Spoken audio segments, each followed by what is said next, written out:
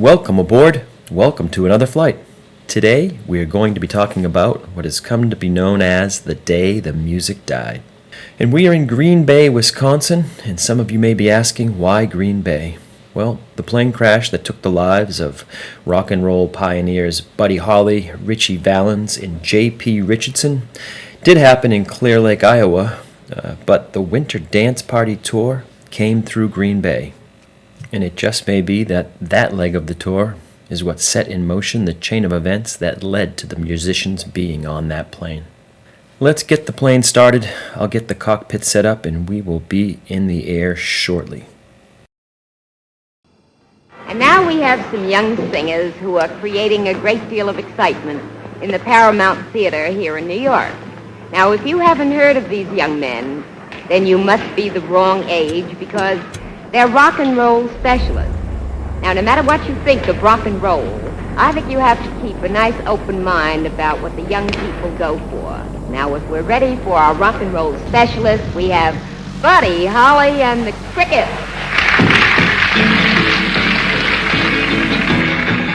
Green Bay Airport Information Hotel 2200 Zulu.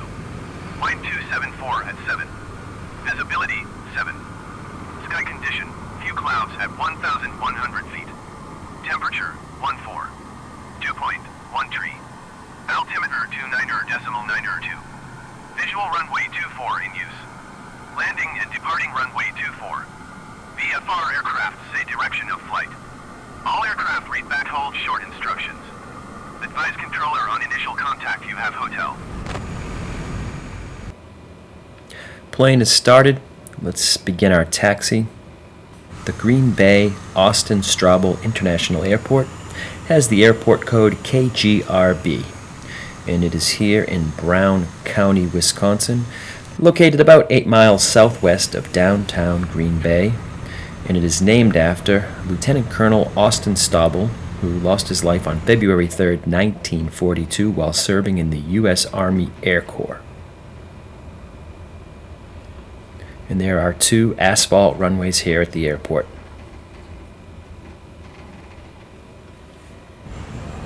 If this is your first time here, welcome. What I do is find interesting places or events to talk about and fly over, and we visit them here in the flight simulator.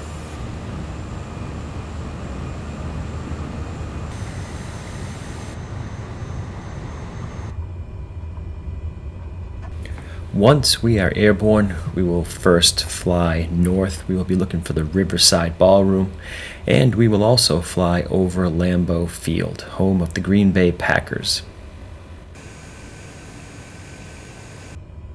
As we make our way up here to the hold short line, we are just about ready for takeoff. Make sure you're in your seat, hold on to your drinks, and we will be in the air in just a moment. Hi gang, this is the Big Bopper, and I'll be on your winter dance party coming your way real soon. We'll be swinging and singing and looking forward to saying hello, baby, to all of you in person. Hi everybody, this is Ritchie Valens. I will be on the winter dance party coming your way very shortly. I will be having a ball singing for you, and I hope to see you all real soon. Hi, this is Buddy Holly. The Crickets and I are really happy to be coming your way on the winter dance party. We certainly hope to see all our old friends and be making some new ones too.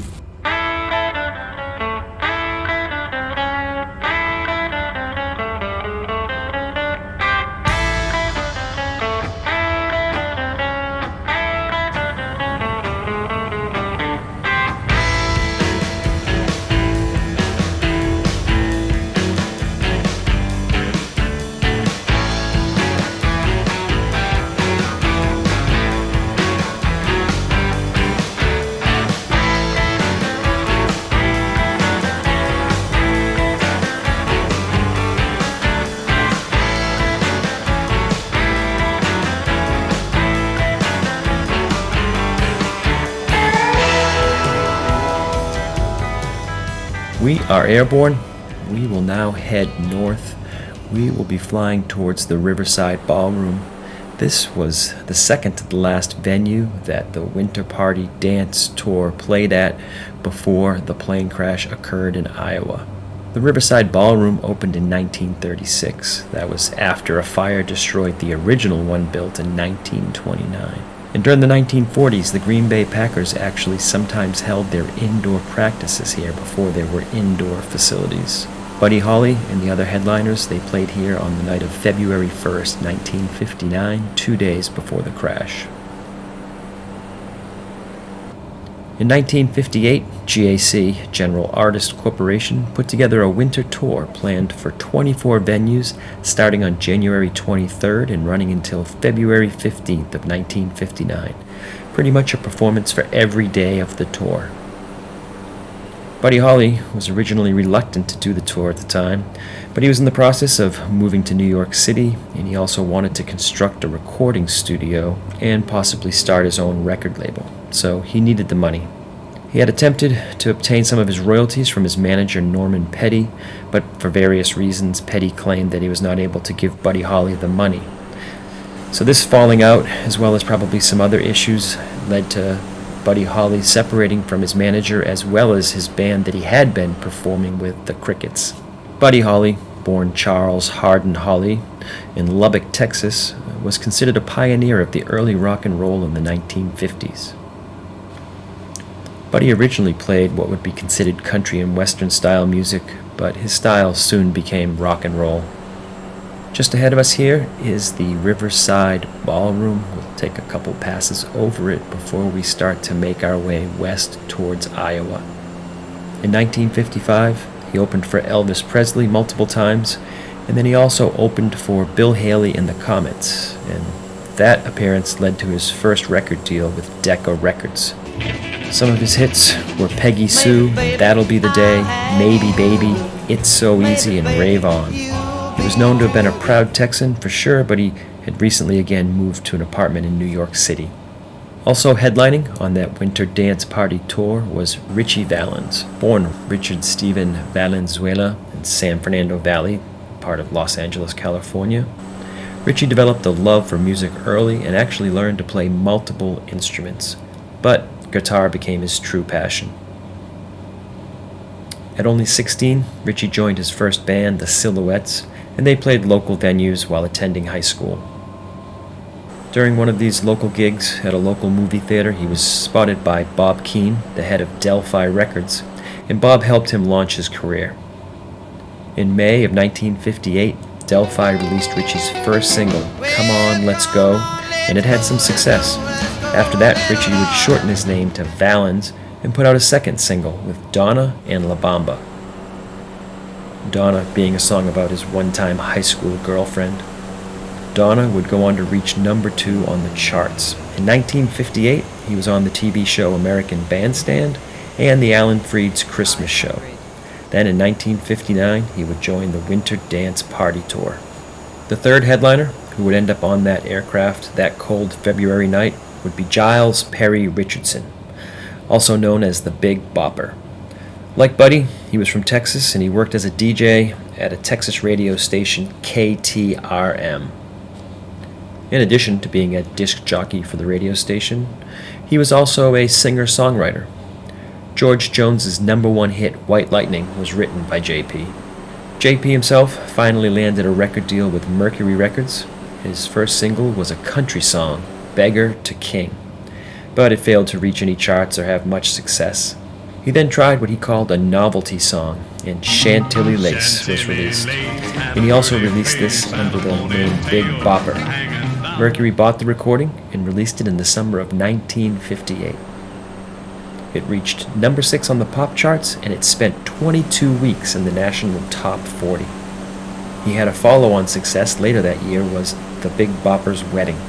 After these successes, he took time off from the radio station and he joined Buddy Holly and the rest of the acts on the Winter Dance Tour. Also on the tour that winter were Dion and the Belmonts from the Bronx, New York, and Frankie Sardo from Brooklyn, New York. Years later, Dion DiMucci from Dion and the Belmonts would talk about how he and his friends on that tour from New York were able to tolerate and were better prepared for that cold winter than Buddy Holly and JP from Texas and Ritchie from California. After all, this was a winter tour, and it took these acts through the upper Midwest in one of the coldest winters on record. The tour for these acts would rightly become known as the Tour from Hell, and that would be for at least two factors: the cold weather and the buses. From a logistical standpoint, the tour was a catastrophe.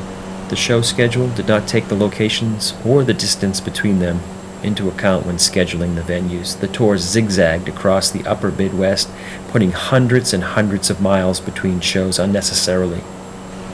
To make matters worse, the tour had obtained reconditioned school buses that were completely inadequate, especially for this winter weather. The tour kicked off on January 23rd at George Devine's $1 Million Ballroom in Milwaukee, Wisconsin, and the troubles started soon after. A record-setting winter, buses that couldn't survive the cold or even keep the occupants warm made the long journey between shows a real cold and miserable experience. In the first 11 days, it was estimated that they went through 5 separate buses because of mechanical problems. Keep in mind that after these long, cold trips, the acts had to unload and load all of their equipment themselves. There were no roadies at this point. To illustrate how some of them seemed to have been ill-prepared, Ritchie Valens' mother had to actually send him a coat. In spite of these terrible conditions, survivors that were on the tour would later say that they still made the best of it. Playing cards, telling stories, or jamming with their instruments, they made the best of the cold, miserable trips between venues. As we make our way from Green Bay southwest towards Clear Lake, Iowa, we can only imagine what everyone on that bus is thinking about that cold 6-hour, 400-mile bus ride ahead of them. As we can see here, it's just roads, fields, and snow. Things took a turn for the worse about 9 days into the tour. After 9 shows in 9 days, the tour left Duluth, Minnesota for Green Bay, Wisconsin. The rickety old school bus left the Duluth Armory late on Saturday, January 31st, 1959. The next venue was actually going to be in Appleton for show number 10, and then Green Bay for show number 11. As the temperatures dropped to more than 30 below, the old bus, its freezing occupants, some who now were fighting colds and flus, were in for another long trip. About 10 miles south of Hurley, Wisconsin, on an incline on Highway 51, the bus began to struggle and finally came to a halt. "The bus is frozen," exclaimed the driver.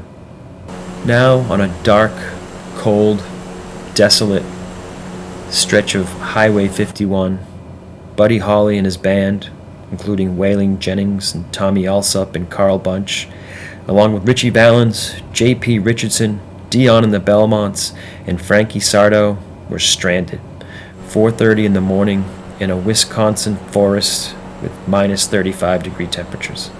Some of them left the bus in an attempt to flag down help, but as you can imagine, there was essentially nobody on the road.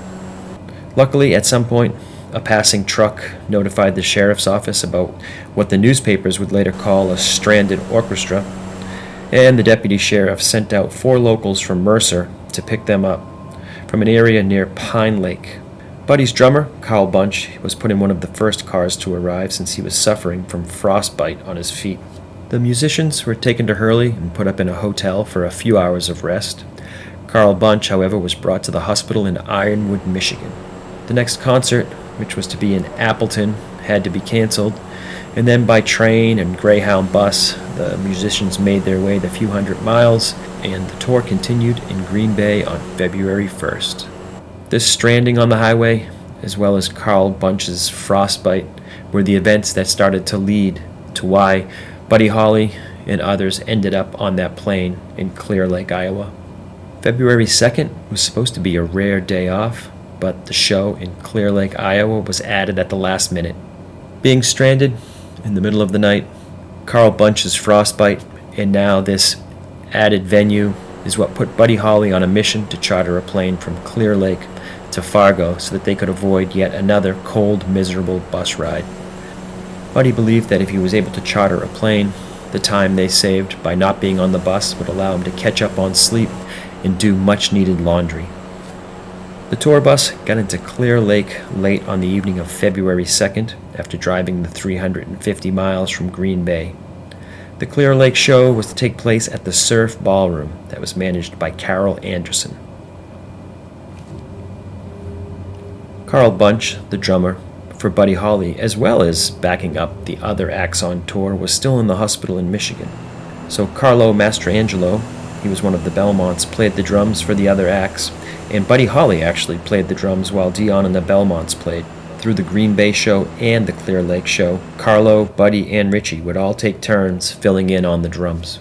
At 9:30 p.m. that night, Buddy Holly asked the Surf Ballroom manager, Carol Anderson, if there was any way to charter a flight to get them to the next stop on the tour in Moorhead, Minnesota. It's just east of Fargo, North Dakota. Anderson called Jerry Dwyer, who ran Dwyer Flying Service and worked at the local airport in Mason City, and arranged a charter flight from Mason City to Fargo. For the fee of $108, up to 3 passengers could fly on the chartered aircraft. The aircraft was a Beechcraft Model 35 Bonanza, built in 1947. It had the registration number 3794N. It was a single-engine plane with 4 seats. At 10:30 p.m., Buddy called his wife, but he didn't tell her about the chartered plane. She had had premonitions of him being in a plane crash, and he didn't want to worry her. Jerry Dwyer contacted one of his pilots, Roger Peterson. Peterson was a 20-year-old and had 4 years of flying experience. Most people agree upon the story about how the 3 people who died in the crash actually ended up on the aircraft. It's believed that Buddy chartered the plane for him and his band, Tommy Alsop and Waylon Jennings. J.P. Richardson, the Big Bopper, had a bad case of the flu, and he approached Waylon Jennings and asked him for his seat on the plane to avoid the bus ride. Waylon said that if it was okay with Buddy, it was okay with him, and J.P. Richardson was allowed to take his seat. Ritchie Valens, who normally had a fear of flying but was fighting a terrible cold, asked Tommy Alsop if he could take his seat on the plane with Buddy. We are about to pass over the Surf Ballroom, or commonly known as just the Surf. It's the last venue the musicians who perished on February 3rd, 1959 played at. The original ballroom opened in 1933, and the name was to inspire a beach club theme, along with murals of ocean scenes, but the original burned down in 1947, and the current one reopened in 1948 in a location across the street from the original one. It has the capacity of 2,100 and has a 6,300 square foot dance floor. Ritchie's fear of flying stemmed from an event that happened a few years earlier.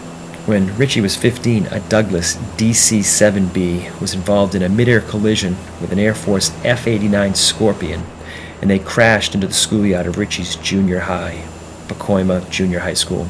2 of his classmates were killed immediately, and a third would die 2 days later. Another 75 would be injured. Ritchie was actually not in school that day. At the time, he was at his grandfather's funeral. But he would go on to have nightmares about it and an understandable fear of flying. In spite of this, Ritchie asked Tommy for his seat on the plane, but Tommy refused. Ritchie would go on to ask Tommy for his seat a few more times that evening, but eventually would resign himself to the fact that he was in store for another cold bus ride to Moorhead. At 12:05 a.m., Jerry Dwyer and Roger Peterson, the pilot, were finishing up the final checks on the aircraft and getting updated weather briefings for the route between Mason City and Fargo. When the show was over, and Buddy Holly, J.P. Richardson, and Tommy Alsop had got into the car to head over to the airport, Buddy asked Tommy to go inside and just check one more time that all the equipment was loaded. When Tommy headed back into the venue, he found Ritchie Valens signing autographs, and Ritchie asked one more time, "Tommy, can I have your seat?" And Tommy says he's not sure why, but he said, well, he pulled a coin out of his pocket and said, "We'll flip for it." He tossed the coin. Ritchie called heads, and heads it was. And Ritchie got the seat on the aircraft. One final weather briefing was obtained by Peterson and Dwyer. Dwyer was also a certified commercial pilot as well as the owner and operator of the flight service, and the ceiling had lowered to 5,000 feet, and there was now a light snow falling in Mason. 12:15 a.m., Carol Anderson, the manager of the Surf Ballroom, arrives at the Mason City Municipal Airport with the musicians. At 12:40 a.m., the aircraft with Peterson, Holly, Valens, and Richardson taxis towards runway 17. This runway is actually 18 now, since runways are numbered by the magnetic direction, which actually shift over time. The tower operator asked the pilot for his flight plan, and the pilot responded that he would give the flight plan once he was airborne, which was common practice at the time. At 12:55 a.m., the Beechcraft Bonanza number 3794N and its 4 passengers take off from Mason City. The plane made a 180-degree turn, and it climbed to about 800 feet. It passed just east of the airport and then made a heading to the northwest. Jerry Dwyer, on a platform outside the tower, watched the aircraft, being able to see the white taillight head away from the airport. When Peterson failed to radio in his flight plan as expected, Dwyer tried to reach him on the radio multiple times. Jerry had mentioned to the person working in the tower that it looked like the taillight had gone down, but he was assured that it was just an optical illusion based on the curvature of the Earth. By dawn, concerned and unable to reach the pilot, Jerry Dwyer called the Fargo airport and was told that no Bonanza had landed, and nobody would be landing since they were in the middle of blizzard conditions. At 7:15, Jerry called Carol Anderson, the manager of the Surf Ballroom, and said the plane never checked in at the first waypoint in Alexandria, Minnesota. His plan was to go up in another aircraft as soon as he could and retrace the flight path. At 9:35, Jerry takes off in a plane and only a few miles from the airport spots the wreckage. After contacting the sheriff's office, Sheriff Jerry Allen responded to the site, where they find the wreckage resting against a fence, and 3 bodies were found outside the wreckage, and the pilot was trapped inside the mangled plane. At 10:30 that morning, the other tour members who had traveled by bus reached Moorhead, and they had no idea what had happened. They would learn about it, like so many other people, from the news. Tommy Alsop had actually gone to the front desk and asked for a room near Buddy Holly, only to have the desk clerk reply, "You haven't heard?" Carl Bunch, who was still in the hospital, would find out through a phone call from his mother. News reports back in Texas simply said Buddy Holly and his band had been in a crash. You can imagine the confusion this caused with the families of Tommy Alsop and Waylon Jennings.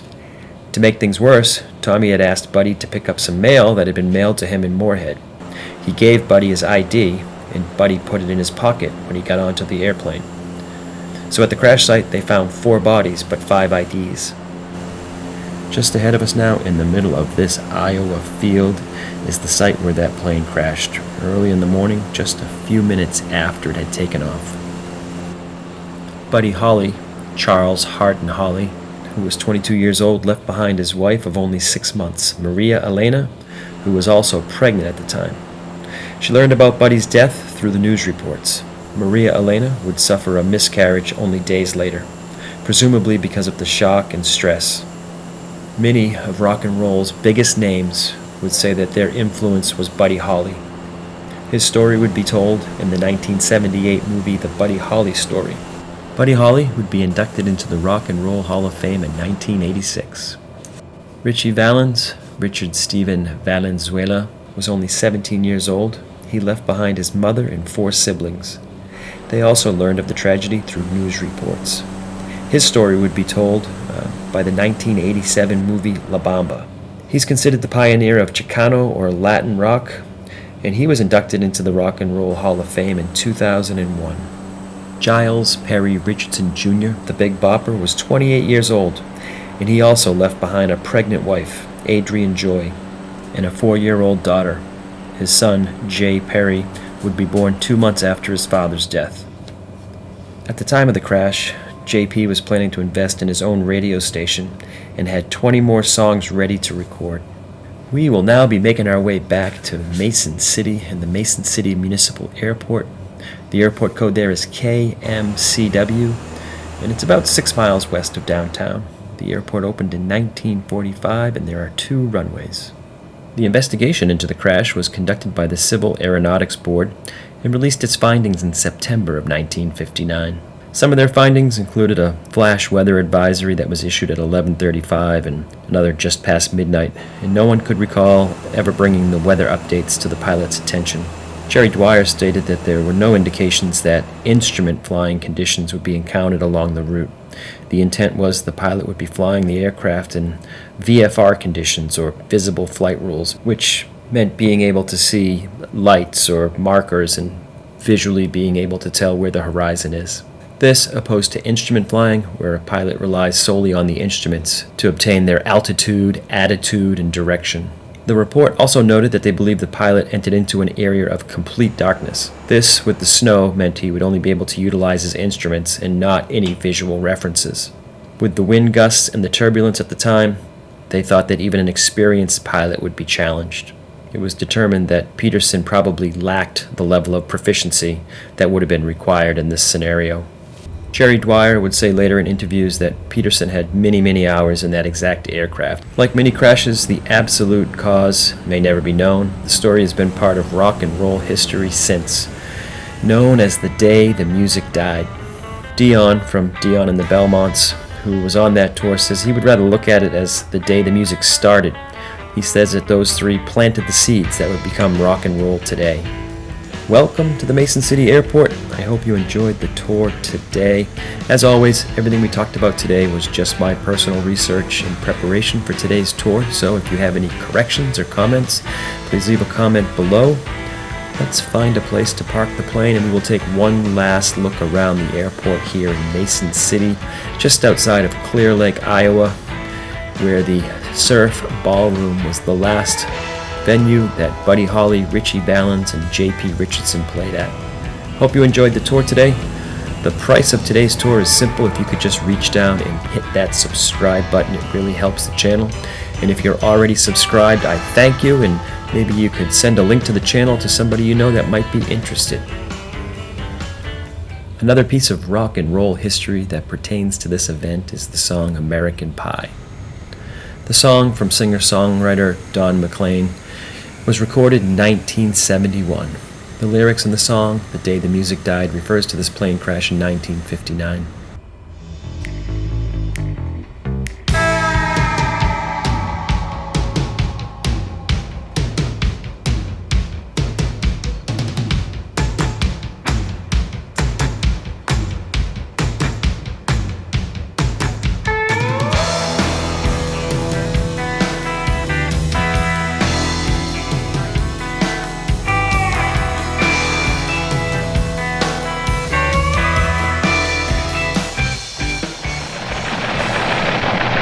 We interrupt this program for a special news bulletin.